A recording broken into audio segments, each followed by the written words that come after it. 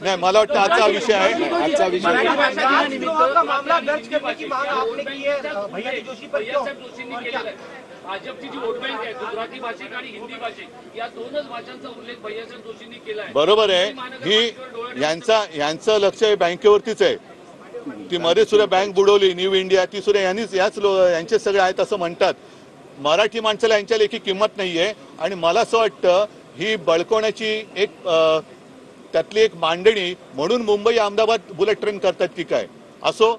मला या विषयात मला जे काय बोलायचं ते बोललोय. आम्ही याचा निषेध तर सगळे पक्ष म्हणून आमची जी काय महाविकास आघाडी आहे ती करतोच आहोत. म्हणून मी पुन्हा एकदा देवेंद्रन सांगतो की मी बातमीच घेऊन आलोय.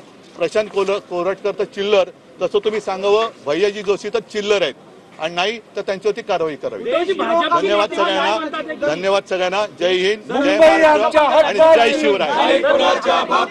मुंबई आमच्या हक्काची. आपण पाहतोय भैयाजी जोशींवर कारवाई करावी अशी मागणी उद्धव ठाकरेंनी केली आहे. भैयाजी जोशींवर या ठिकाणी कारवाई करावी आणि त्यांनी अहमदाबाद किंवा इतर ठिकाणी हे वक्तव्य करून दाखवावं आणि पुन्हा यावं असं म्हणत त्यांनी भैयाजी जोशी यांना आव्हान दिलंय. तर गोलमाल उत्तर दोन्ही सभागृहामध्ये दिली गेली असं सुद्धा उद्धव ठाकरे म्हणालेत. हुतात्मा स्मारकावर जाणार आणि तिथे अभिवादन करणार असल्याचं ठाकरे म्हणालेत. भैयाजी जोशींच्या वक्तव्यानंतर उद्धव ठाकरे हे आक्रमक झाले होते आणि त्यांनी या ठिकाणी भैयाजी जोशी यांचा अनाजी पंत असा उल्लेख करत त्यांच्यावर निशाणा साधलाय. त्यांनी अशी भाषा इतर राज्यामध्ये बोलून दाखवावी, अहमदाबादमध्ये बोलून दाखवावी असं सुद्धा उद्धव ठाकरे म्हणालेत. तर तोडाफोडा आणि राज्य करा ही विकृत मानसिकता सध्या फुफावतीये असंही उद्धव ठाकरे यावेळी बोलताना म्हणालेत.